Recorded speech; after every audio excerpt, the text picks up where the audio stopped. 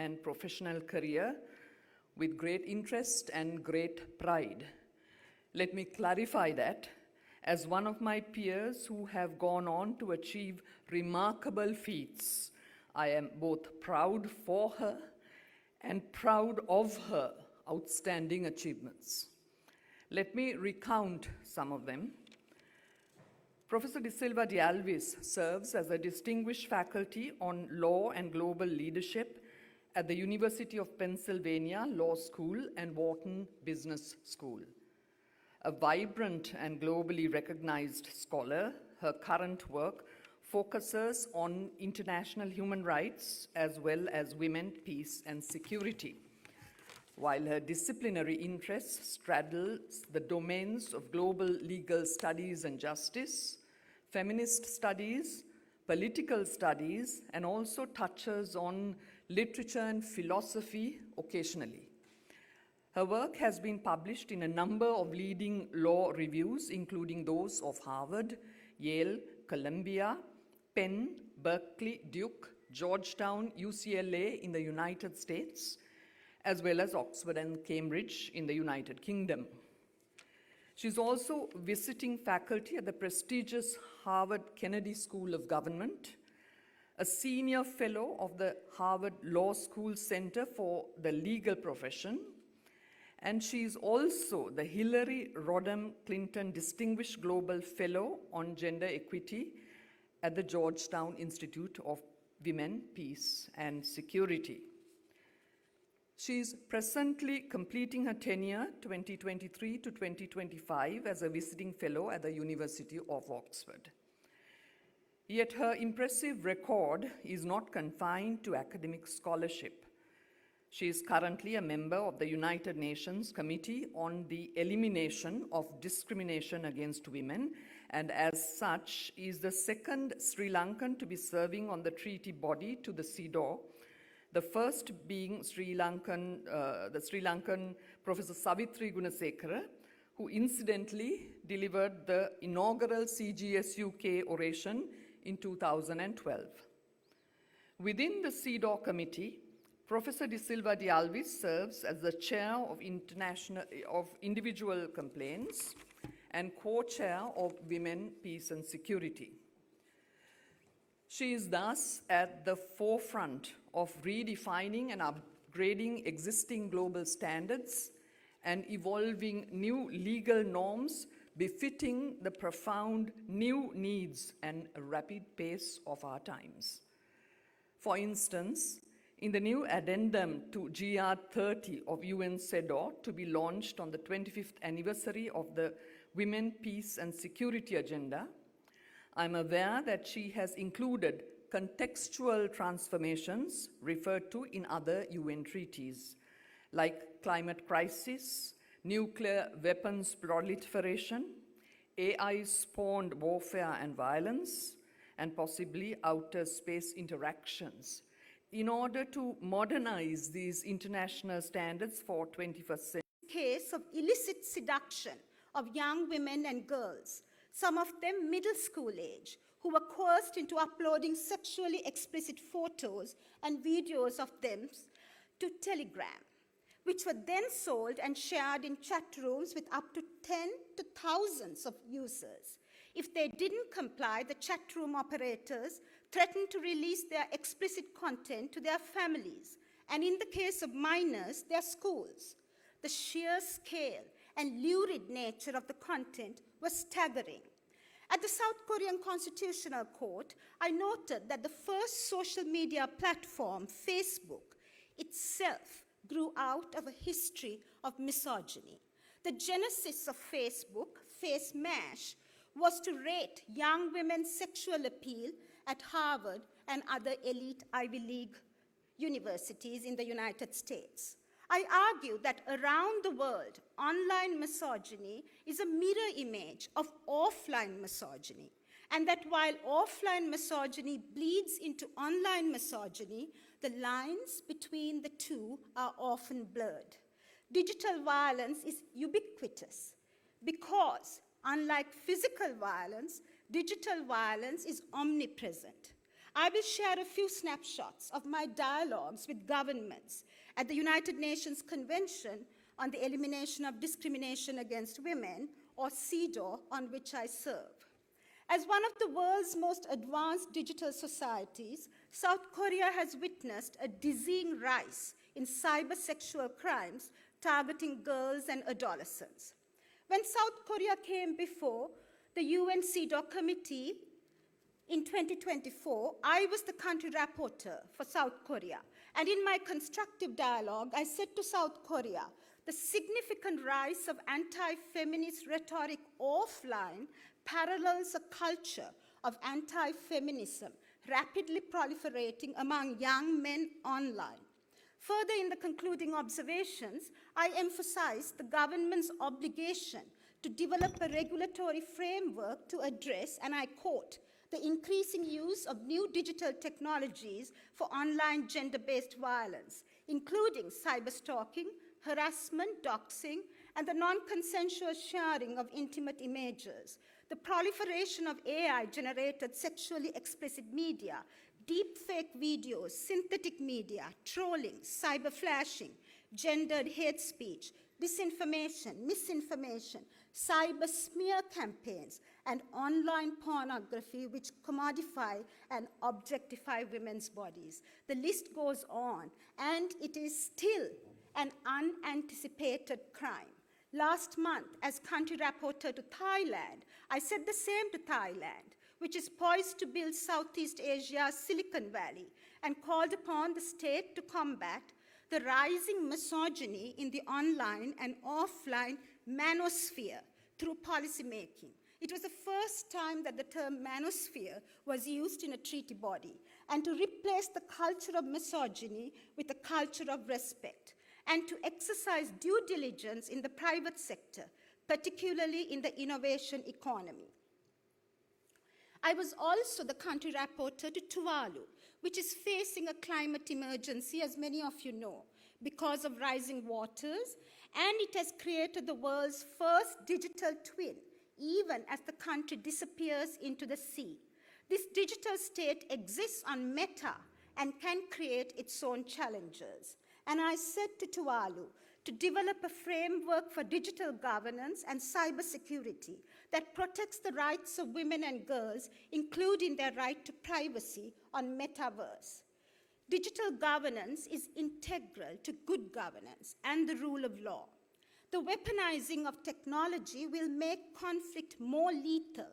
AI-enabled cyber attacks can destroy networks, and AI-enabled decision-making can transform conflict and warfare tactics. Moreover, cyberspace is a new battlefield for nation-states in conflict and in crisis. In Fiji, at the Constructive Dialogue, I referred to the deplatforming of women as a threat to deliberative democracy. I asked the government of Fiji, given that several women political leaders have been targeted, would you consider specific provisions criminalizing the sharing of non-consensual intimate partner images? And I said the consequences are dire. Online abuse deplatforms women in leadership, creating a chilling effect on women in public life and violating women's democratic deliberations and information integrity. Referring to the recent online bullying of women in leadership, including a recent complaint by the Vice Chancellor of the University of Fiji, who is also a former UN Special Rapporteur, I emphasized that image-based abuse or revenge porn is pervasive and destructive, disrupting women's lives and public careers in Fiji. Women and girls experience 10 times more online violence than men in Fiji. Echoing the online threats against women in public life in Fiji, our own Human Rights Commission of Sri Lanka, in its submission to the CEDAW Committee earlier in the year, expressed its grave concern with respect to the alarming number of incidents of abuse, harassment, and defamation directed at women politicians and political activists on social media platforms. The Human Rights Commission underscored this trend of targeting women in the public sphere, threatening their safety, dignity, and rights to privacy and equality. Highlighting the case studies of two women parliamentarians, the Honorable Nilanthi Kottachi and Honorable Kaushalya Aryaratne, the Commission illustrated the automated disinformation which magnifies and amplifies the attacks on women in public leadership and the assault on their personal and professional lives. Further, the Human Rights Commission exposed the augmented impact of online harassment, ranging from cyberbullying and doxing to non-consensual sharing of personal content, and how it has created a hostile digital environment for women, discouraging women's active participation in the public, professional, and personal spheres. In its submission to the UN, the Commission examined the way online behavior is punishable under Sri Lanka's Section 345 of the Penal Code, and it also violates the Women's Empowerment Act of 2024, which enshrines legal protections and institutional support for women. The Human Rights Commission argued that harm mitigation should include removing harmful content, engagement of all academic institutions like the University of Kelaniya, and fostering a culture of respect and accountability on online spaces. Furthermore, the Commission called for adequate resources for the effective implementation of the Women's Empowerment Act and the establishment of the Women's Commission. Now, gendered forms of online hate speech have indirectly resulted in a chilling effect on the online public square and the shrinking of the civic space and the erasure of women in public life. Women have sometimes been forced to leave public office or have been discouraged from running for political or public office due to potential online threats to them and their families. As mentioned by the Human Rights Commission, women parliamentarians, women in political life and decision-making, and women human rights defenders may be doubly attacked, creating a chilling effect on democratic deliberations. The deplatforming of women's voices undermines equal access to the digital public space and erodes women's freedom of expression. My next section on comparative and supranational efforts to address cybercrimes provides policy imperatives to the Sri Lankan government, its legislative, justice, and academic ecosystems. In November 2024, Diego N., a student in Mexico City, was accused of using AI to alter photographs of female classmates for sexual exploitation. This trial is the first in Latin America involving digital violence with the use of AI, and is expected to be the first sentence in the world in this type of case. Diego N. was allegedly selling over 20,000 photos of his minor age classmates in Telegram groups. These photographs were allegedly taken from the victim's social networks and then altered using AI. Diego N. also faces charges of human trafficking in the form of child pornography. The use of AI in illicit activities against minors is becoming more common. With the use of AI, even a harmless video of a child can become images from which an algorithm can generate sexual material. Olympia Corral authored the Olympia Law, a set of legislative reforms in Mexico City that aims to punish crimes that violate sexual intimacy through digital means. Olympia was 18 when a private video she had filmed with her boyfriend began to circulate via WhatsApp. Faced with abuse online and in person, Olympia didn't leave her house for 8 months and attempted suicide multiple times. The Olympia law specific to Mexico City safeguards individuals from the creation and dissemination of intimate images without their consent. The justice system is key to combating cyber violence. The European Court of Human Rights has addressed digital violence, particularly technology-facilitated gender-based violence, in the very recent case, MSD versus Romania, where the judgment was given in March of this year. The European Court of Human Rights found that the Romanian state failed to adequately protect a woman from online violence perpetrated by her ex-boyfriend, who posted intimate images of her on escort websites, and shared them with her family. VCA, the ex-boyfriend, had made 4 fake Facebook accounts and had used them to disseminate the applicant's photographs publicly with the aim of denigrating the applicant's rights to dignity. The applicant, who was 18 years of age at that time, met VCA on Facebook. The court was of the view that VCA's acts were criminal in nature and an infringement on both the public interest and the infringement on the victim's physical or psychological integrity. Similarly, Volodina versus Russia involved the non-consensual dissemination of intimate images, where fake social media accounts in Volodina's name emerged on Instagram. In its analysis, the European Court of Human Rights drew on multiple international sources to define revenge porn as an assault on physical and psychological integrity. In both cases, the European Court of Human Rights held that online violence or cyber violence is closely linked with offline or real-life gender-based violence, exactly the argument that I use on the CEDAW treaty body.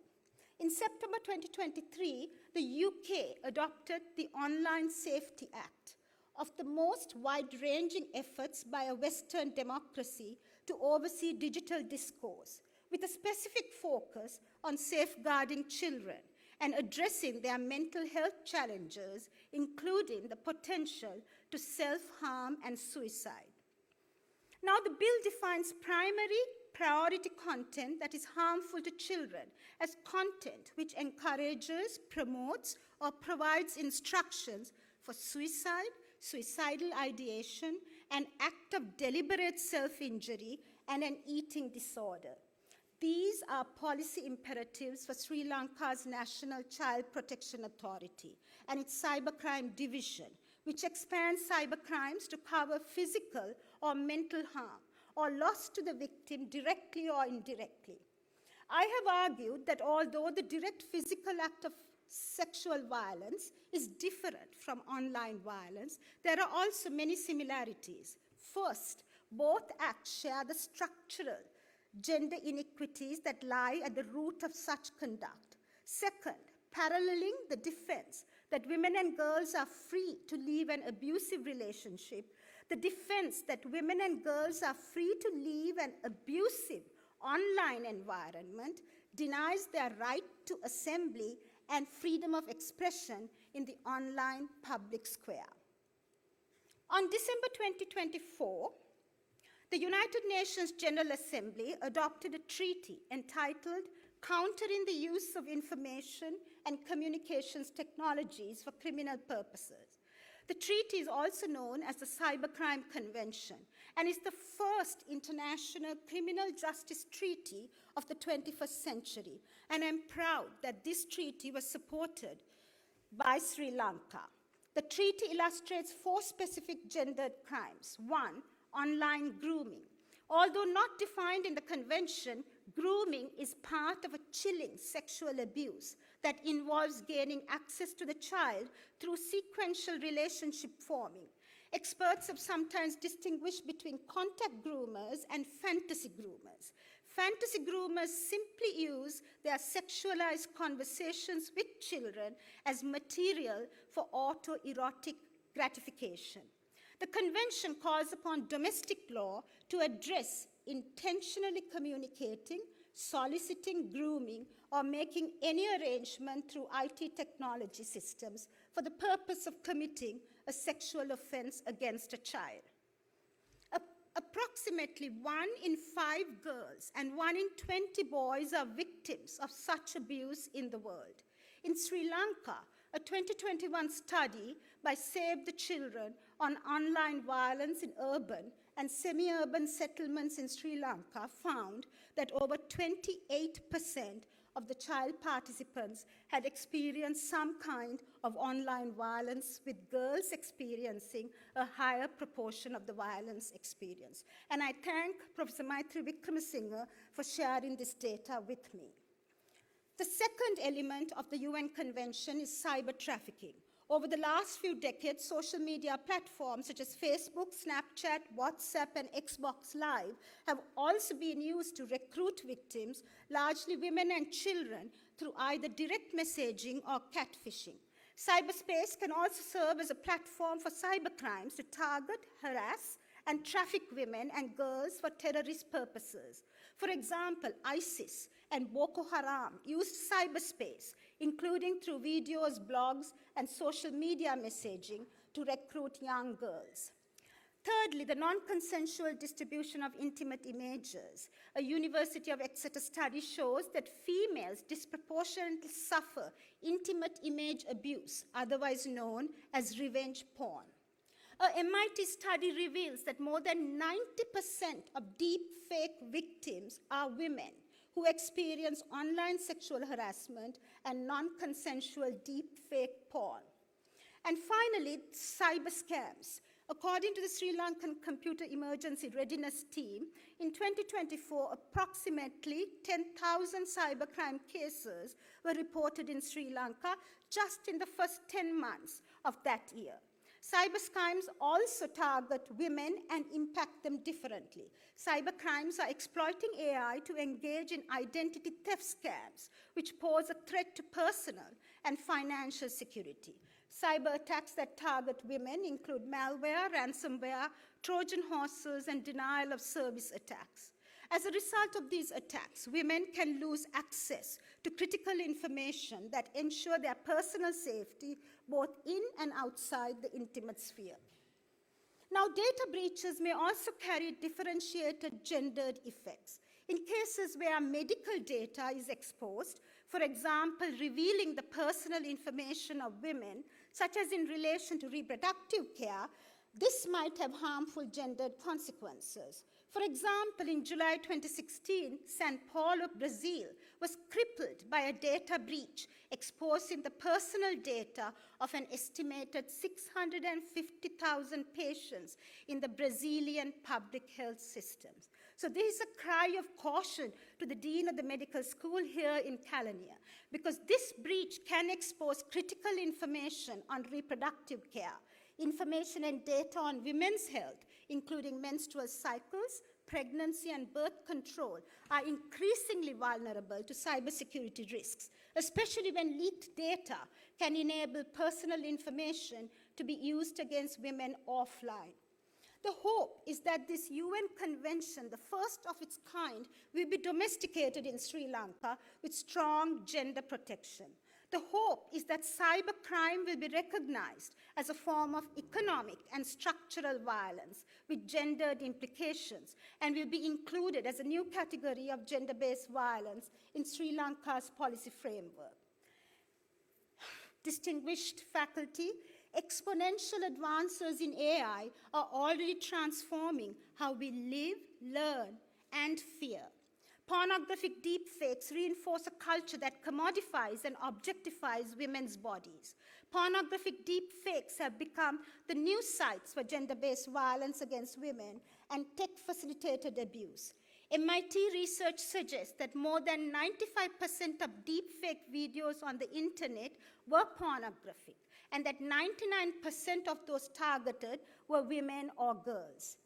AI-powered undressing or nudification apps generate sexually explicit deepfakes from real images without consent, spawning fear of image-based sexual abuse. These fears have inspired a number of child safety advocates and national organizations around the world to publish parental advisories and other warnings about the dangers associated with undressing apps used to target young girls. The nudification apps are capable of undressing images of women because the AI models that power these platforms are primarily trained on data on the bodies and the body parts most commonly associated with women. In fact, the marketing language in one such nudification app advertises the app as the male gaze on female bodies. Technology-facilitated gender-based violence, like other forms of gender-based violence against women, is about power and power imbalances.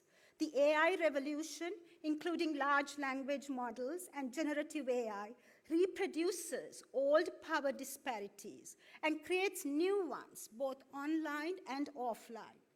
Data is not inherently neutral. Data control itself is a form of power. Large language models are trained on vast amounts of text data. The bias in the training data is baked into algorithms, leading to algorithmic bias and automated bias.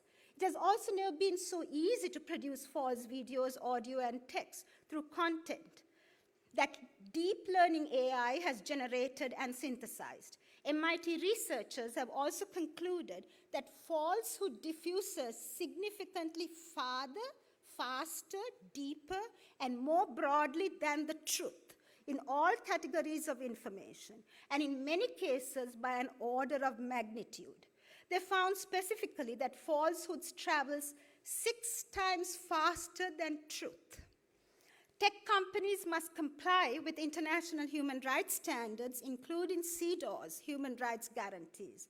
One solution, for instance, would be to consider deepfakes as a violation of consent and to require developers to remove deepfake content from their training data. In June of this year, Meta filed a lawsuit against Crush AI, the nudification app, and pledged to take other steps to clamp down on all nudification apps. The anonymity provided by the digital realm facilitates violence and the automation capabilities offered by technology.